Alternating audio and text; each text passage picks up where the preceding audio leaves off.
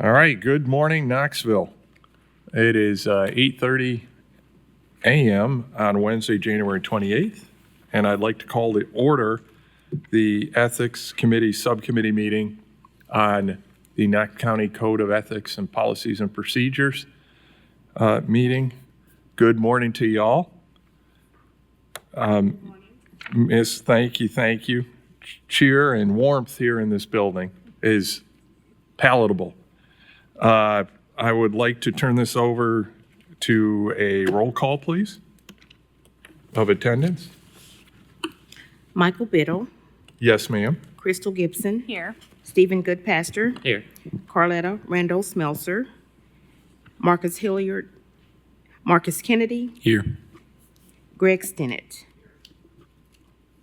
I have my 5 members present, 3 voting members present. We do have a quorum. I thank you so much. Today, I'd like us to consider and be mindful and prayerful of Mr. David Sanders. He had made it public that he's having surgery today, and I'd like to make sure that we have him in our prayers. And also, it must be a 2-for-1. My sister is also having the same surgery, so I'd like to add her into the prayers. My really good-looking sister, Kirsten, who looks like not me. All right. I would like to go forth with a devotional here today and let our hearts be open to the Lord's word here today. One of the things that I want to thank y'all is for your time. Time is way more precious than money and anything else. And I want to thank you for your time and commitment for being here week after week and for your commitment to the county and to the ethics task at hand. Today, I'd like to read a brief 2 verses from Hebrews, chapter 10, verse 24 to 25. And let us consider how we may spur one another on toward love and good deeds, not giving up meeting together, as some are in the habit of doing, but encouraging one another. And I got to tell you, y'all have given me encouragement, everybody here at this table, and I hope I give it back too. But definitely lifting y'all up in prayer and thankfulness and a lot of love today. Thank you so much. Ms. Gibson, could you kindly lead us in the pledge to the flag? Attention, salute. I pledge allegiance to the flag of the United States of America and to the republic for which it stands, one nation, under God, indivisible, with liberty and justice for all. Thank you, ma'am. I didn't hit you with that chair, did I? All right, good. All right. In front of you, Ms. Rhonda, thank you so much for putting together the agenda and the packet, as usual today. Members, you have January 14, 2026 minutes.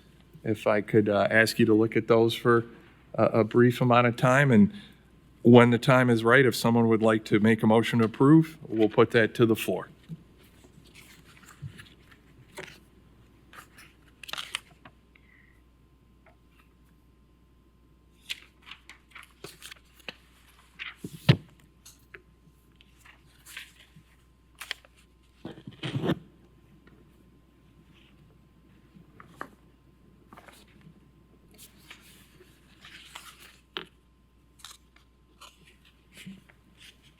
Make a motion to approve. I'll second that. Thank you. We have a motion on the floor and a second to approve the minutes from the January 14, 2026 minutes in the meeting. All those in favor say aye. Aye. Those opposed, nay. The ayes carry. I'd like to thank our awesome scribe who does such a great job with the notes and the minutes. Thank you so much, ma'am. All right. For the benefit of the public and the thousands of people watching today, and those that haven't been here at previous meetings, we are in the middle of giving suggestions in updating our Knox County Code of Ethics. We're currently on page 6 in that. Mr. Kennedy has both the current Code of Ethics and then also some red line notes going on. You're right. Perfect. Yes, page 6, 4.3. salary and expenses. Mr. Kennedy, thank you so much. Can everybody see that and everybody have that in front of you? The goal today, as usual, will be to recess at 9:30, but more importantly than time in this instance is to finish going through the code of ethics and then with suggestions and updating Mr. Kennedy. I can't thank you enough for doing that. And then secondly, Mr. Goodpaster has taken a lot of time and effort putting together a draft flow chart, something similar that was given to us by internal audit at our last meeting. So we have that. Mr. Kennedy, you have a copy of that for later. Wonderful, sir. Thank you. Thank you. All right. Anything else for the good of the order before we dive in? Did I miss anything? All right. Just for the benefit of the audience and those watching online, we have 3 voting members here today, Mr. Goodpaster, Ms. Gibson, and myself. And Mr. Stinnett, always important that you're here, and thank you for your input. Mr. Kennedy, same. All right. Let's dive into page 6. What we have here, too, which is, again, on the public website, but also here before us, is some of us put forth suggestions from TCAT, from AI, from other ethics policies around the state of Tennessee. And then Mr. Sanders made suggestions or comments towards that, and that's where you have the comments on the side. All right. So page 6, 4.3, salary and expenses. No public officer shall be prohibited from voting on a matter affecting his or her salary, expenses, or other compensation as a public officer as provided by law. The suggestion here was travel expenses shall not exceed federal per diem rates for meals and lodging unless pre-approved by the Ethics Committee for exceptional circumstances. So, number one, we agreed that we're not a judging body. We're not a law enforcement. We're not an enforcement body. We're also not a initial investigating body. So I want to remind our team here and that our STED doesn't allow us to do that. So Mr. Sanders is saying that we should stet that and scratch that out. All officials in senior management must sign off annually acknowledging the travel and expense policies established by the Knox County Finance Department. I think we were good with that, correct? Next, with expense reports reviewed annually by the County Audit Office and made available to the Commission. So Mr. Sanders is also saying that we should negate that as well because we don't have the enforcement ability there. Any questions or comments there? It looks like the suggestion is to keep the middle line, all officials and senior management must sign off annually acknowledging the travel and expense policies established by the Knox County Finance Department. There is a note from David that I've added in there that basically states it's not really clear what we're trying to do. So I've got it pulled up on the screen so y'all can see that. Wonderful. Yes, his comment says, it's not clear to me what you're trying to do here. Are you saying that it's ethics code violation for all officials and senior management not to sign off on annually on policies established by the finance department? We're trying to do the opposite, I think, here, right? Well, I think of right now as it stands, when somebody comes on board, they sign off initially, right? And then that's it. I think we're looking at that was already there. Those words, the all officials. I can't remember. Was that what was already there? Did we tweak it any? Let me pull it up real quick. Thank you, sir. And Mr. Book, anytime, feel free. Anytime you have any suggestions or comments. I think that what David Sanders and Marcus has added in there is what are you trying to accomplish? And we have no control over the constitutional officers. They are officers under the Code of Ethics who have to comply with the code of ethics, and then you have to go back, what are the code of ethics? You got to go back to state law. And it simply says ethical standards include rules and regulations regarding limits on and/or reasonable and systematic disclosure of gifts or other things of value received by officials and employees that impact or appear to impact their discretion, and includes rules and regulations regarding reasonable and systematic disclosure by officials and employees of their personal interests that impact or appear to impact their discretion. The whole basis for the ethics code goes to payoffs that were received or gifts that were received to impact a legislative body or a committee or a government official in their discretion. So that's what we're limited to. So I think we constantly got to go back and look at that. And I don't know that,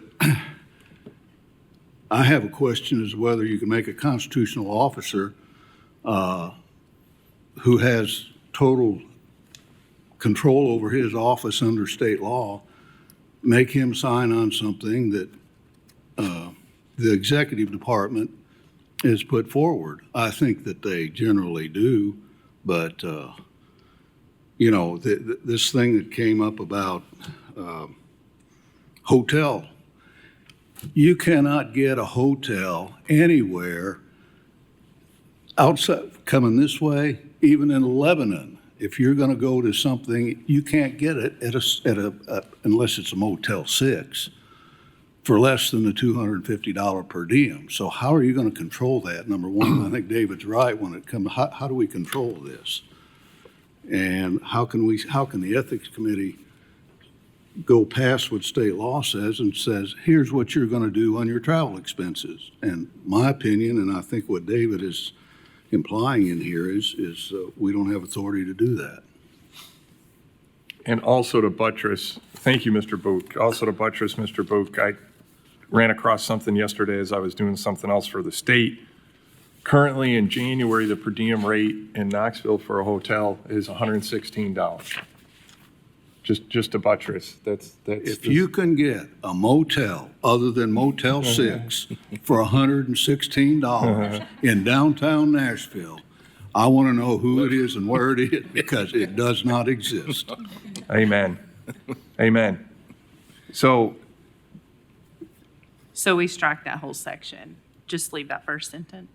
yeah, Mr. Kennedy, was that all officials and senior management must sign off annually? Was that Yeah, in there? that part, here's the current policy, and so all it states is you can't vote on matters affecting salary and expenses. So I'll basically just delete that out. And it just states what we have currently. All right, thank you. Mm-hmm. Any other questions or comments on 4.3 salary and expenses? I just say I agree with Crystal that we delete all that. Yeah. It's deleted. Wonderful. 4.4, misuse of public position. No public officer or county employee shall corruptly use or direct others or attempt to use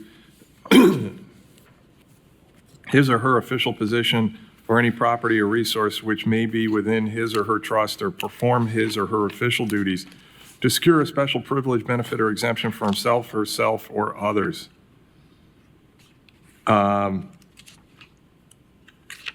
This includes added, potentially, this includes misuse of official social media accounts for personal gain or sharing confidential data.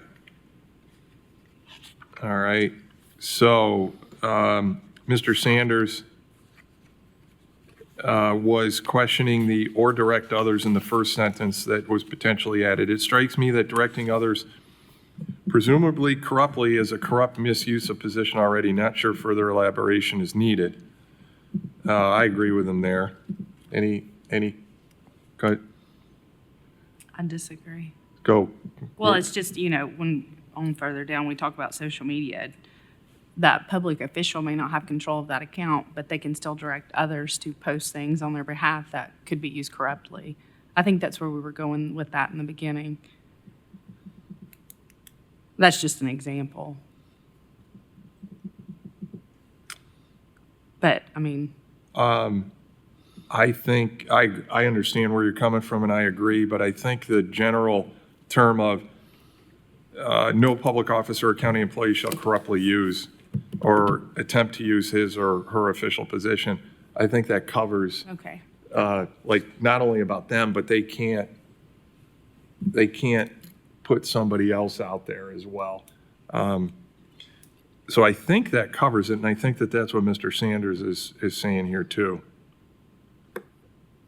If I could Sure. also, I think what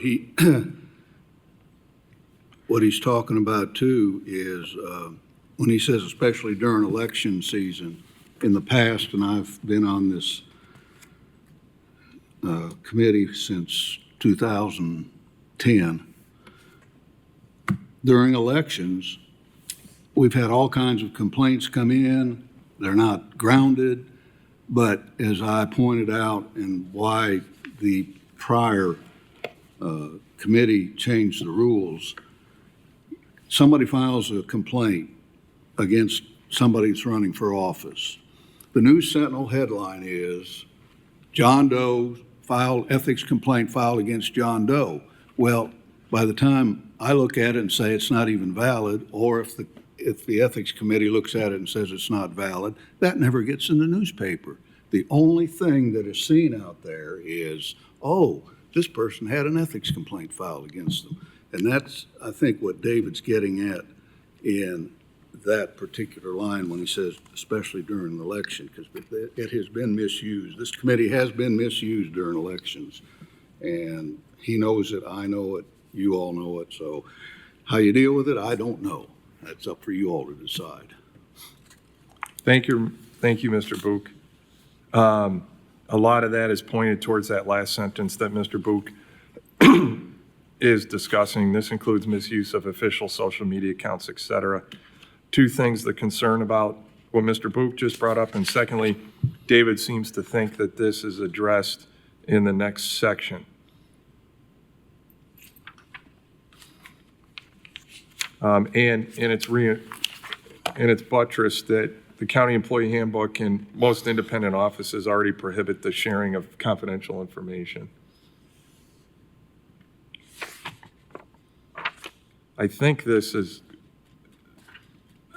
red, we don't need to add, my suggestion, and that it's either covered in other sections or it's covered in the employee handbook of the county and in official offices. I concur.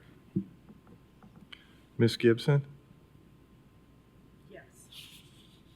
All right. Any other comments or questions? Mr. Kennedy, you all good on steading that out? Yep. Thank you. Mr. Stinnett? Those. All right. Any other questions or comments on 4.4, misuse of public position? Being none. 4.5, disclosure or use of certain information. The current is no public officer or county employee shall disclose or use information not available to members of the general public and gained by reason of his or her official position for his or her personal gain or benefit, or for the personal gain or benefit of any other person or business entity.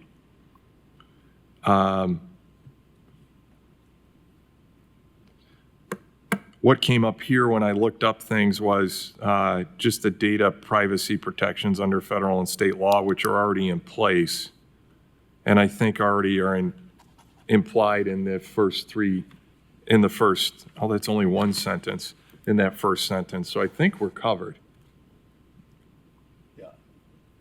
All right, strike that too. Mr. Book says he agrees too, is what I heard, that we're already covered there.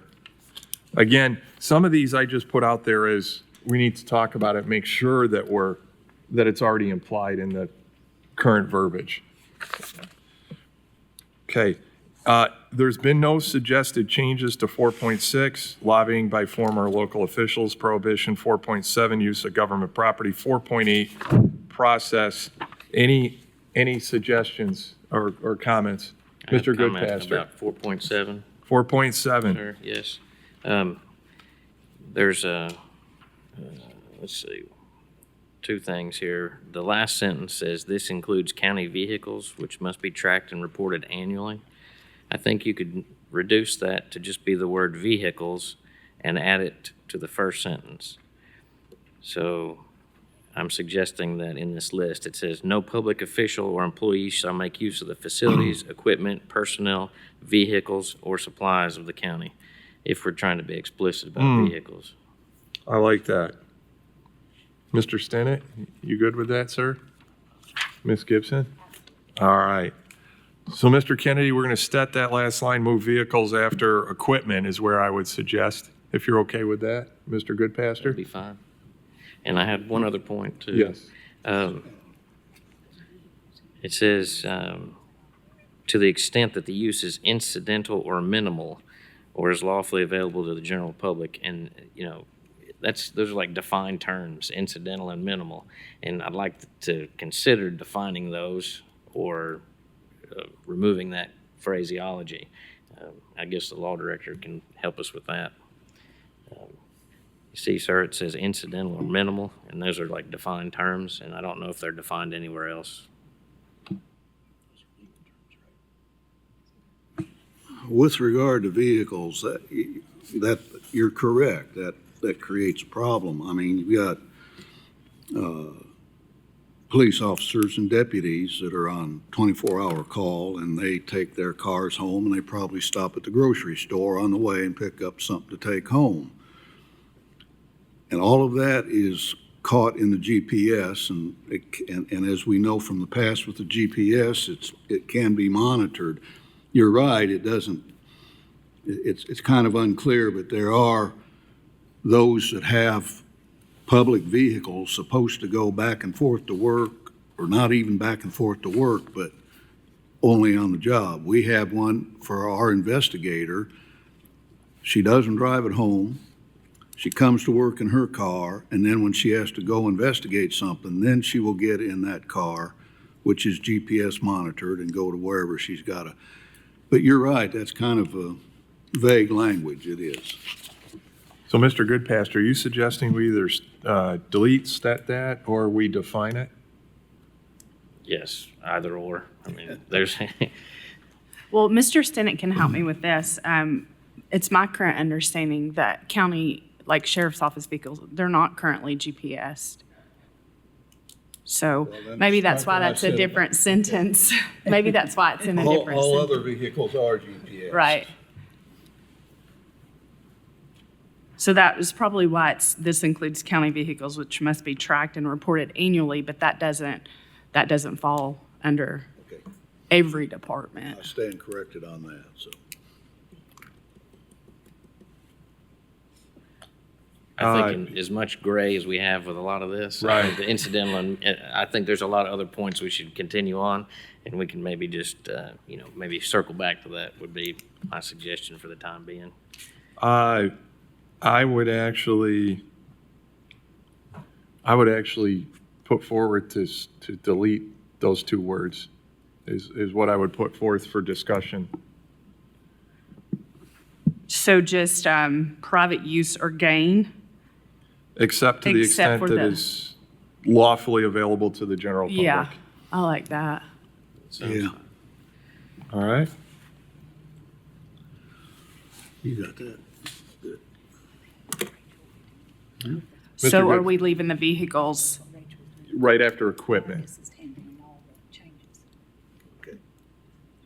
No, it's, So to go Okay. yeah. facilities, comma, equipment, comma, vehicle, comma, personnel. So that would mean taking out the entirety of the very last sentence. This includes, even, just lump them all together. Yes, ma'am. Okay, I gotcha. Yes, ma'am. I don't think we'd have purview, which must be tracked and reported annually. I mean, that really doesn't have nothing to do with us anyways. Exact Monday. Yeah, Exactly. I agree. Yep.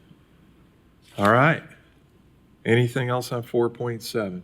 Thank you, Mr. Goodpaster. Mr. Kennedy? So you're wanting me to remove the incidental or minimal, correct? Yes, sir. So so it should read, to the extent that the use is lawfully available to the general public. So if you could stat incidental or minimal or is.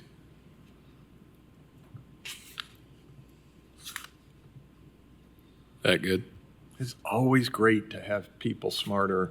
I mean, the bar is low around me, but it's great to have people smarter than me around. Thank you, Ms. Gibson. Process 4.8, any comments there? Mr. Goodpaster?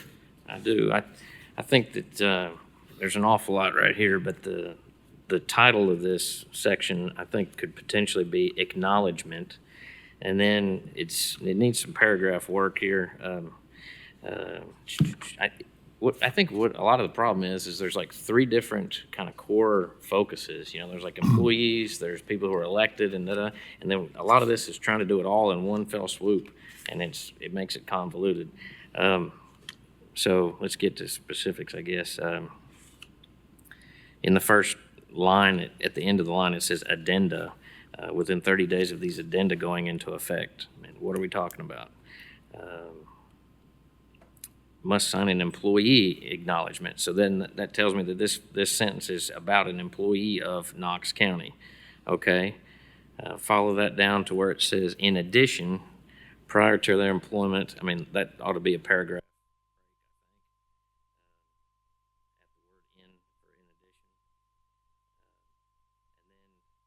And it says further, every elected official and employee, that needs to be a paragraph break.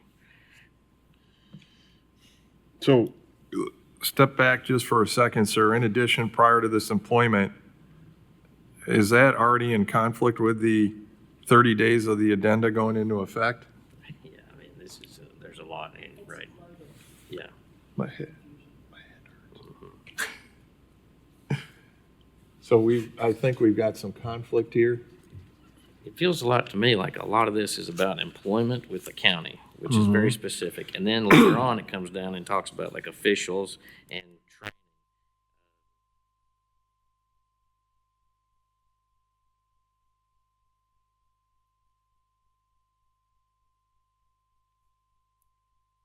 I'm not gonna lie, I'm confused by that whole section, because you got 30 days, you got 90 days, you got officials, you got employees, And training. And I'm with you, Ms. Gibson. I don't even know what this means. Mr. Kennedy, maybe you could help us here, brother. What is within 30 days of these addenda going into effect? For employment, there's pre-hire forms that they sign. One of them is the handbook acknowledgement, one of them is the code of ethics acknowledgement. And then during orientation, actually, no, the ethics video is viewed once they start, because it's in our online safety training thing that we have with a bunch of videos, depending on what their job is. But everybody has to watch the ethics training video. I think we've got it on a biannual rotation. So every 2 years we've set it, if I'm not mistaken. If I could, I think the 30 days was put in there when this was received from CTAS, so that everybody would have notice for 30 days, but that's already passed, the way I read that. Right. This addenda was already passed, so it's valid. So do we set that within 30 days? I would say don't put a time frame on there, just say all Yeah. elected officials, employees must sign an acknowledgement. Yeah. I But agree with prior you. to employment? To me, it seems like the ethics committee, you should be acknowledging that you've had the ethics training, and that's True, I agree. and so what else is this? If you're an employee, that's your responsibility to do that through Your employment, through employer. HR. Yeah. And why Yeah. would we have anything to do with that? I mean, that's, Is that, Mr. Kennedy, is that every division, even elected official divisions have to, Yeah. Yeah. so that's kind of redundant, It doesn't mean they always sign it, but right? So one, I'll put out there, we should delete stat within 30 days of these addenda going into effect. Would you all agree with that? yeah. Mr. Book, you okay with that, sir? Yeah, it's already in effect. So You're right, Yeah. right. Okay.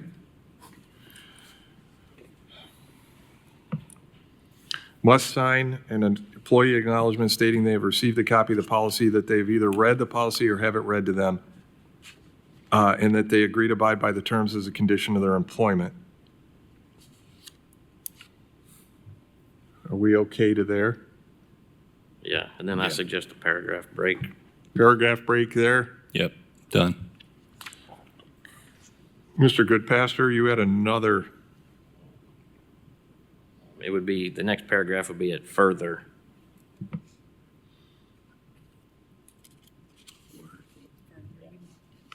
Right there, yeah.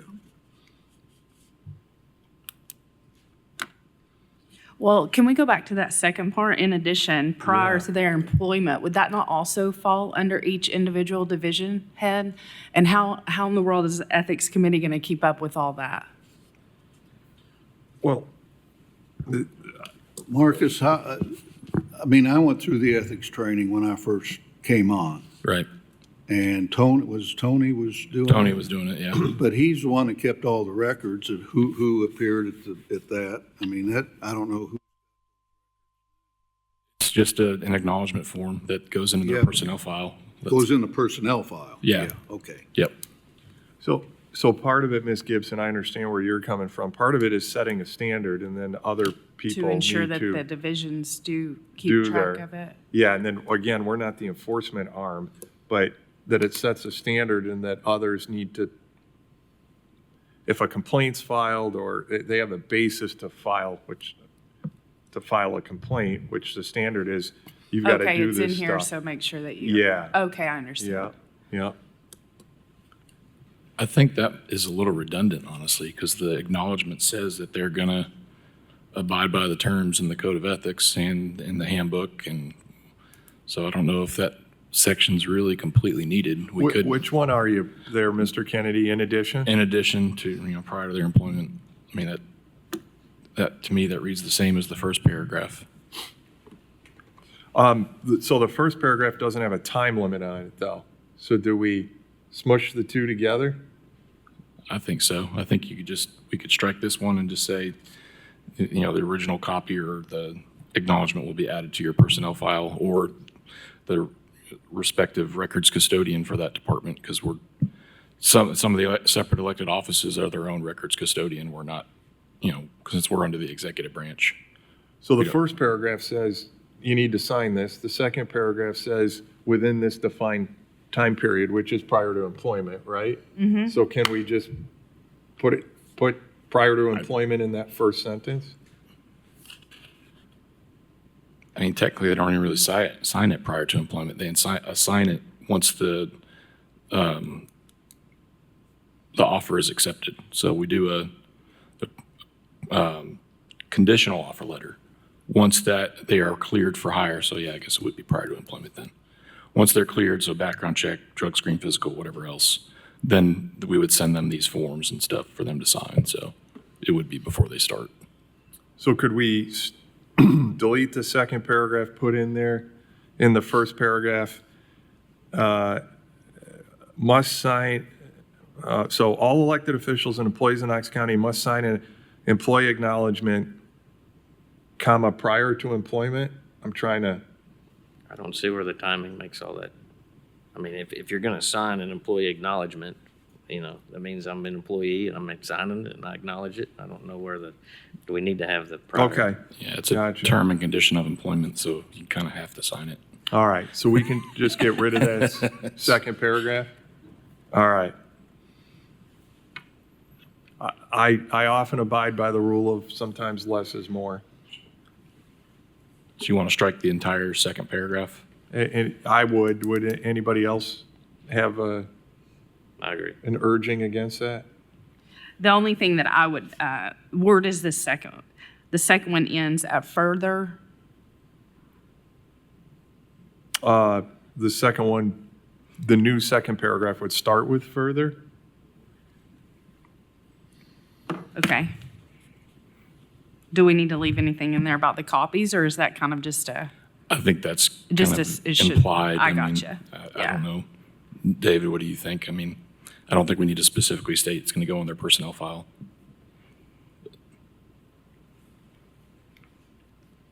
You think that's okay? Okay. Okay, third sentence, slash now second paragraph, further, Every elected official and employee shall attend an ethics and government program within 6 months of his or her employment with Knox County. Current officials and employees shall complete training within 90 days. The training is to be provided by CTAS or other qualified agency or by the Knox County Department of Human Resources. Training shall be annual and include modules on emerging issues like data ethics and social media. Chairman, I got a couple suggestions there. Please. All right, so I suggest, in addition to saying employee shall attend, it would be or view, because I believe you go online, you watch you view, where there's not like a Yeah. class we're going to, people like that. All right, so that's in the first sentence. Do you have, okay, thank you, Mr. Kennedy. And then, continuing on, it says, an ethics in government program within 6 months of his or her employment. I think we could also add or posting with Knox County, because if you're an elected official, you're not really like an employee, right? Or it could be election, could be the word, but I didn't know exactly what word to put there. So her employment or taking office? Yeah, something like that.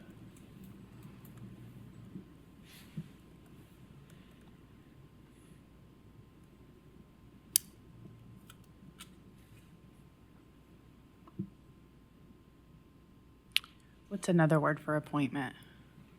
Would like you swear in or, Are you thinking employee or are you thinking elected oh, official? like an elected official? It's not technically an appointment. No.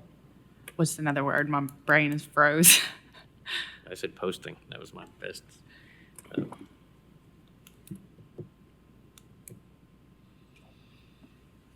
Within 6 months of taking office, Yeah, that's where I was Or- going. Within 6 months of his or her employment or taking office with Knox County. whatever the terminology would be. Let's put that in there and at 2 in the morning, I'll wake up and go, those are the words. Or taking off, or assuming office. Oh, I hate that word, but yeah, it's I know, appropriate you here. hate to assume things. It's the assuming that I don't like, Yeah. not the office part, just for the record. Okay, I like that. Taking or which one? Go with assuming. Assuming. Mr. Stennett, you good with this, brother? Any others on 4.8? Yeah, my next suggestion would be Please. to first spell out CTAS, as in Community Technical Assistance, and then put CTAS in parentheses, because I believe that's the first time it's been defined. I love it.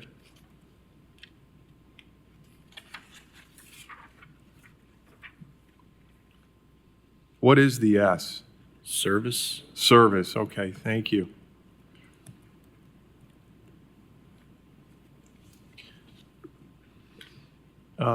More on that? And my last thought was to delete the words enhanced requirement at the last two words of the paragraph.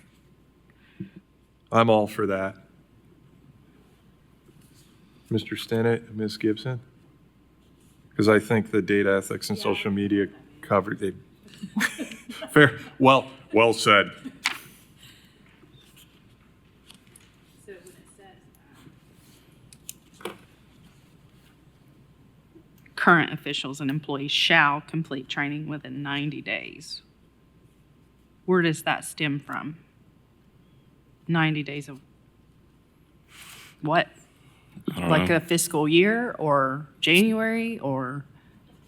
Here again, I think that was in this initial version said all of you, all elected officials, you've got 90 days from this being passed. I think that's what that refers to. So do we even need that? It's a little confusing. I don't think we need it because the last sentence takes care of training shall be annual. I say we strike it. I concur. Good with that. We're going to strike current officials and employees shall complete training within 90 days.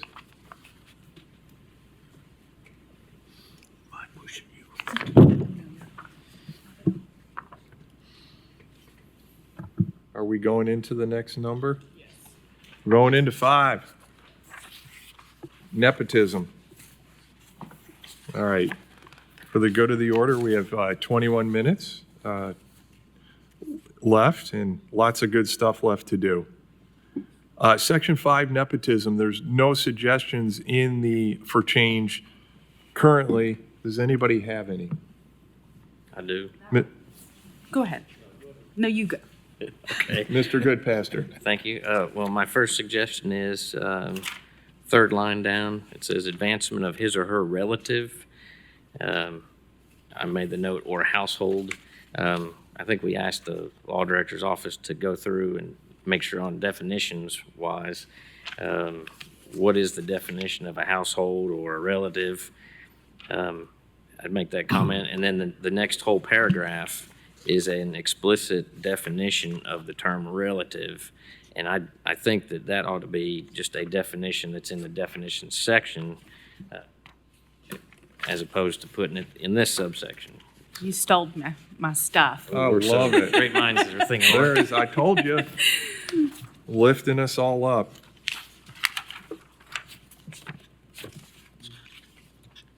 Where is the definition section? It's not, it's on page 3 on the new one. I knew it was in there.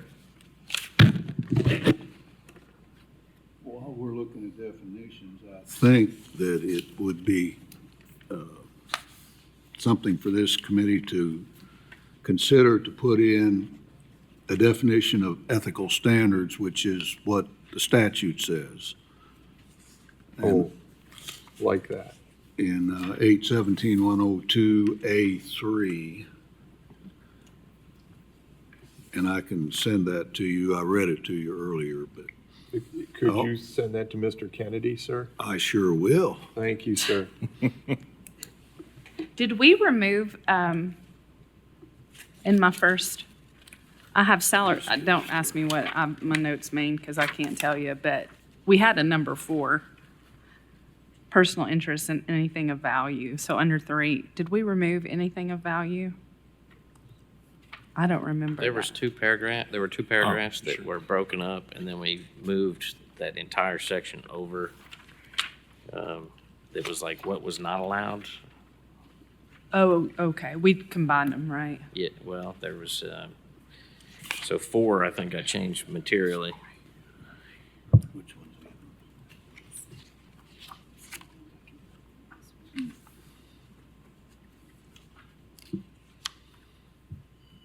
that? Okay. Mr. Kennedy, under definitions, was relative a fourth one? I'm going to add it, so I'm going to take this section from section 5 and move it up to definitions. So will we have 5 definitions now in section 1 definitions? We will have It will be 4. county officials, personal interests, ethical standards, and then relatives. So I'm going to add the ethical standards section that, yes, 5. We'll have 5. Oh, ethical. Yeah, ethical standards are being added. I'll work on the formatting. I'm just going to paste that up there for now. I'm good. I'll tweak it later. Wonderful.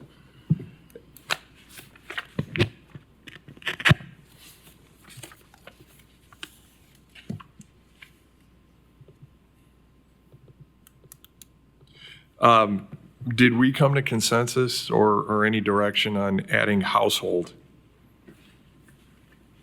You had made the suggestion, Mr. Goodpaster? And I just think that it needs to be consistent throughout, whatever this definition, it's like, it's you and your relatives, or you and your household. Let's Yeah, say it either one or. way all the time. Correct. And define it one time, and that's clean, right? Yes, I agree. Right. Because what he's saying is we have household in here, but sometimes we have relative in here. If we could just streamline that and make one, and it's defined in that section, and it's not confusing.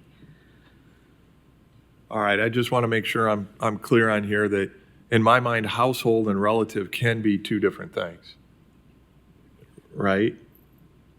Well, wouldn't relative fall into the category of household, or no? No, okay.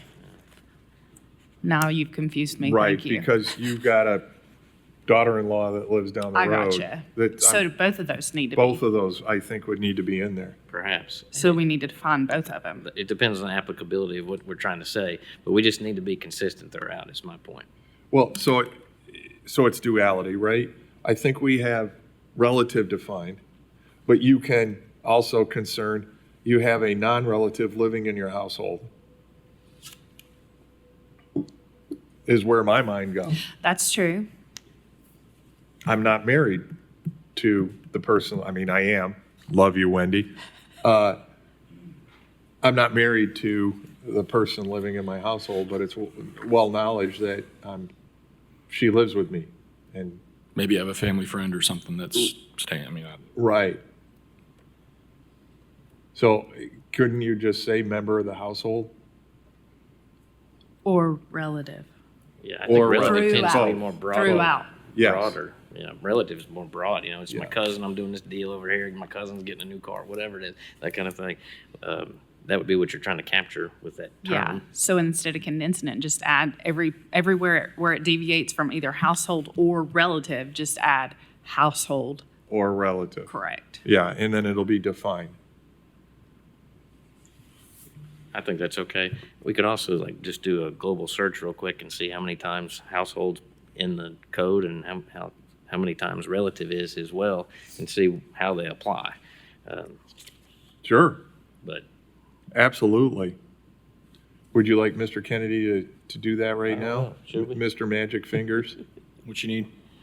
just, we were talking about searching to see how many uses of the word relative are in the code, and then how many uses of the word household are in the code.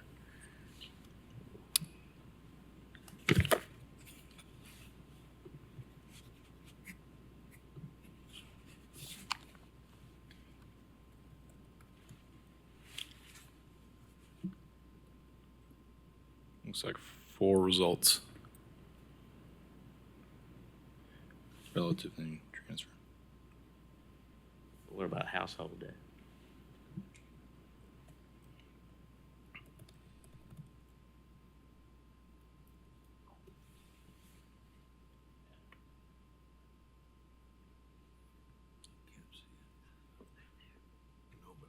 Well, maybe we could just table that, look it over, and bring it back to the next session. I agree. To make sure that we don't jump the gun if it's, yeah. All right. Mr. Kennedy, could I ask you to offline zero in on the household and relative? Yep. What we're trying to do is really cover the bases on both. Okay. All right. And I have to get out of my mind, I was born in Mississippi, so everyone's a relative. So we'd have nobody employed in Hancock County, but that's a whole different thing. Okay, we're good. Moving. Figured you're gonna make an Alabama joke. Hey, well, hey, Mississippi's moving way up the food chain. And anything else in 5, nepotism? 6, whistleblower protection. We had at the end here a potential to add protections or strengthen to include anonymous reporting options and prohibitions on retaliation with potential for civil remedies. We had this long discussion last meeting, and that this is covered within handbook and covered by internal audit. I think we don't need this sentence in there. I concur. We don't need the last sentence, I'm sorry, of 6, which there was a suggestion of adding this sentence, protections are strengthened to include anonymous reporting options. We have that covered elsewhere in the document. We have that covered in human resources. We have that covered in internal audit. We had that discussion last week. Yeah, I already removed that. Thank you. Mr. Chair, Sir, the first line, it says, elected officials, employees, and appointees are encouraged to report ethical violations. Is that true, or could that be must? well, it's one of those, you can't force anybody to do anything of conscience. But if you're signing and acknowledging the code of ethics, does it not mandate a trigger? Maybe that's a, Shall they report it? Shall report? shall's a nice middle ground. Oh, I like that. So elected officials, employees, and appointees shall report ethical violations via sworn complaint? Ask the law director. How we doing there, sir? You okay with that? No, and the reason is you're putting a burden on every employee to determine what's an ethical violation, and that's not right. That's not, in my opinion, that's not good. We okay with the are encouraged and keeping Yeah, I that? think that would be, All right. that would be better, the All way right. it is. That's the way CTAS originally did it. We could put the Bible verses I read this morning in there too, if you want, because that applies here. All right. And why do we go from numbers to letters? That bothers me for some reason. That was something we talked about last time, I think, and so I changed it, but I think I was kind of mirroring what we had in there before. It's Yeah. okay. It's okay. I was just curious. I just like it to look pretty. We should be consistent, and pretty is important, and I understand that. I would suggest moving A to 1, B to 2, Understood. C to 3, because previous it is numbered. Y'all okay with that? Yes. All right. Anything else under whistleblower protection? All right, hearing, Mr. Stennett, anything for you, sir? All right, sir. 7, Section 7, theft, misappropriation, or mismanagement of county funds.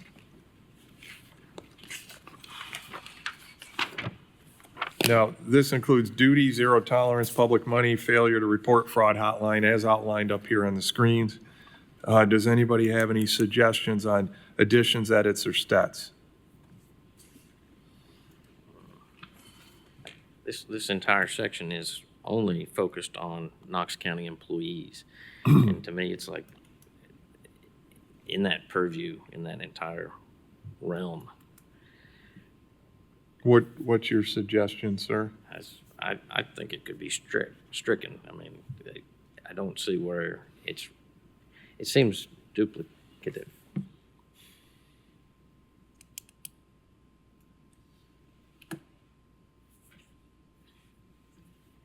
Now, as I step back, this is pointed and supposed to be supportive and helpful to whom? Elected officials, employees, and I also saw the term appointees in there, which that's where we fall under, right? But it's also important, I think, for the public to be able to see a document that outlines the guardrails that we have for the county. So I don't think so then I go to the judgment of, does it hurt to keep this in here? Probably not. Does it hurt to take it out? Probably not. Right? So while I am a less is more guy, I think I'm okay keeping this one in here. Unless there's we're not going to fisticuffs or anything, the Senate floor during the Civil War or anything, right? All right. There I just have Go. one suggestion on here, the hotline.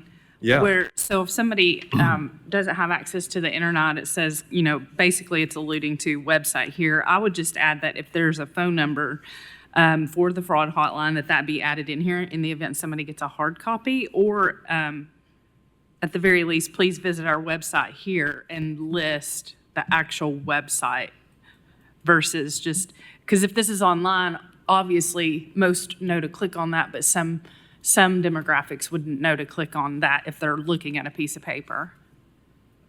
And if you're looking at a piece of paper, you can't click on it. Can't click on it. Got You can it. try. It just doesn't work. So you're putting out there, we should add a phone number and also the website name. Correct.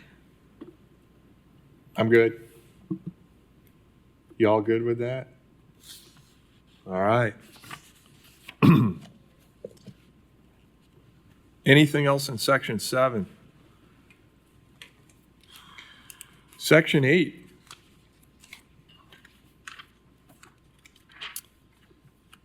There are some suggestions at the bottom, but before, starting with J, number 1, I think the number 1 suggestion by Ms. Gibson would be to take those alphas and turn them to numbers. Woo-hoo! I'm listening. All right. We all good with that? Yes. All right.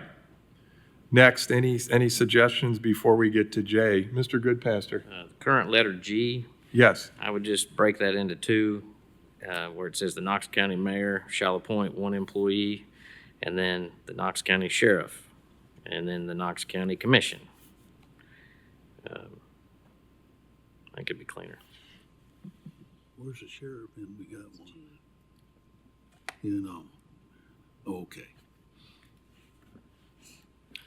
I like it. I was just running it through my mind that making sure that the non-voting liaisons would apply to all three in the sentence, and that it still makes sense.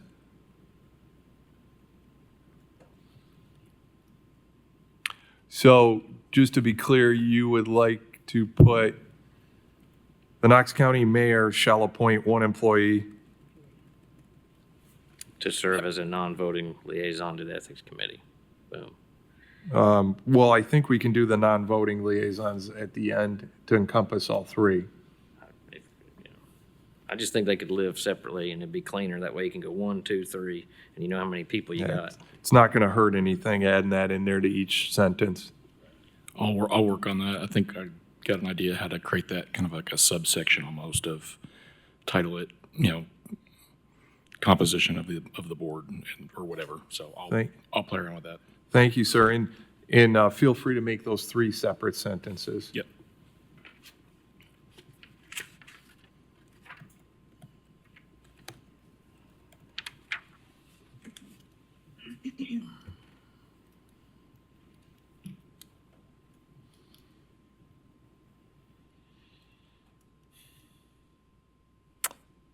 I myself spend a lot of time, but I'm fine with the verbiage just for the benefit of the board. The current H, I just wanted to, I don't see any necessary changes there. It just was something to be aware of.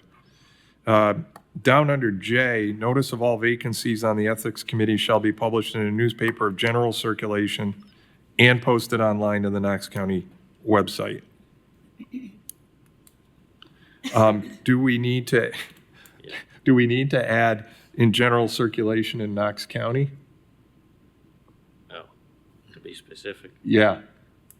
That's one of those. I mean, I wouldn't be putting an ad in the New York Times. Now, that's just a general statement, but that might clean things up. And I'd also suggest that we add print or digital newspaper. print or digital or print and? I don't think it's expensive to do it, and what the county has generally done is they post in the Knoxville Focus, which is a paper of general circulation, and it's a money thing, and so they post it there. It's good to put it on the website too. But when you start talking about putting it anywhere else, that might cost money to the taxpayer. I don't know that that's necessary. This was put in, by the way, because there was a vacancy and this was not in there at one time. And so nobody knew there was a vacancy. And there was a big to-do about it because the public didn't have a chance to submit their resumes and be chosen. And so the first part of that was a change that was made, and I think putting it on the Knox County website, I'm satisfied with that. It's posted, I believe Drew posts those. Does, She said, Rhonda said she thinks Drew posts those already on there, but putting it in here is. yeah. Yeah, Posted under county commission. I think so. Yeah, I think she usually does a press release too, or a media release, whatever you call it. Could we say news source instead of newspaper? Would that clean it up? Well, no, I think under the state statute, they refer to newspaper, print version when they talk about it. Okay. I think we're okay as is, and then adding, as Mr. Book said, he approves as well, and post it online to the Knox County website. Y'all good? I'm pulling a overthinker, but Please. yeah, to the general, it's the general Knox County website, right? That's where they post them, or do they post them on the Ethics Committee website or the County Commission website? Is it just the general one? It's both. Is Good it? question. I think it's county commission website and the Knox County website. I don't know for sure though.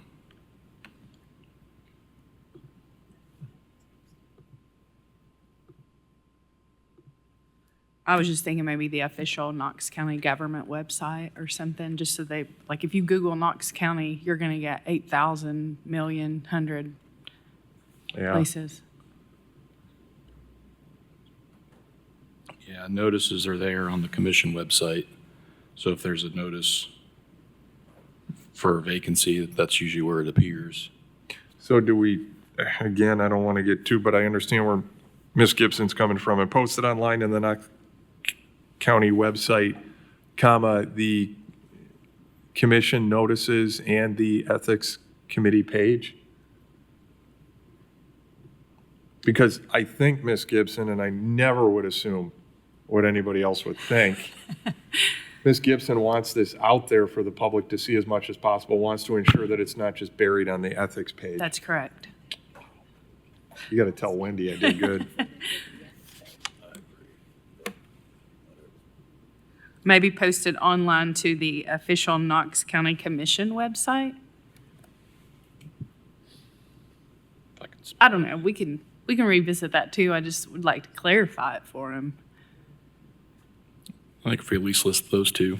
Yeah. Just Why don't we specific, just- so they know where to It's specifically not a search. heavy lift either way. No, no. All right. K, new K, which is going to be number 11. 11. All Ethics Committee members shall, and this will be our closing here today, all Ethics Committee members shall view and acknowledge the ethics training video available on the Knox County website within 90 days of his or her appointment. Committee members will submit the acknowledgement form to the chair.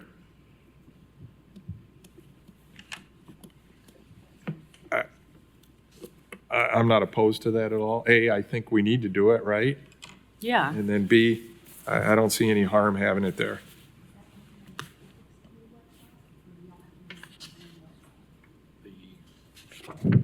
The ethics training video itself is on the website. On the ethics, yeah. So I'll, hang on, let me pull it up. And that's available to all, right? Yep, it's right there. Anybody can watch it anytime they want. Love it. Okay, any other changes, suggestions in Section 8 Ethics Committee?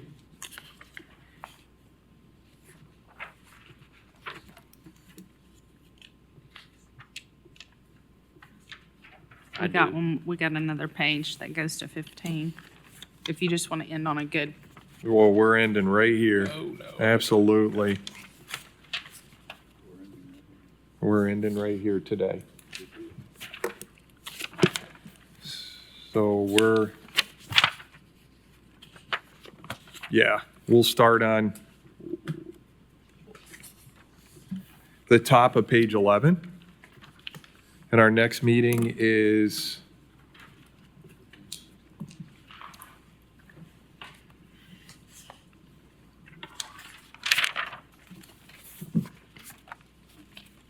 I think our next meeting is Wednesday, February 25.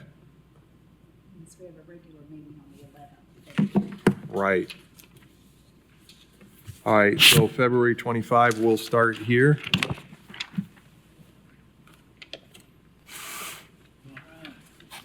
Thank you, everybody, so very much. Anything else for the good of the order? Any other comments? when did you say that the next one was? Oh, sure, February 25 at 8:30 a.m. right here in this same bat time, same bat channel. Mr. Chair, I just say that I did upload this document. It's a working progress of a flow chart, if you will, of the sworn complaint process. And it was intended to benchmark off the Internal Audit Committee's work or their example for us. And I can see already a VS2, version 2 of this, where Sure. we might further integrate the rules of procedure with this. And I think it'll end up being a really good tool. So as time allows, we'll work towards that. Wonderful. Thank you Yes, so thank you. much for taking the time on that, my friend. Anything else for the good of the order? Thank you all for being here today. And do I have a motion to adjourn? Make a motion. Ms. Gibson? I'll second that with the caveat that there's acknowledgement of the. Oh, public, any Public public. forum. Thank you. I appreciate you so much. Is there anybody signed up for public? There is nobody signed up for public forum. Mr. Goodpaster, thank you. We have a motion to adjourn. We do have a second by Mr. Goodpaster. All those in favor, say aye. Those opposed, nay. The ayes carry. Thank you all.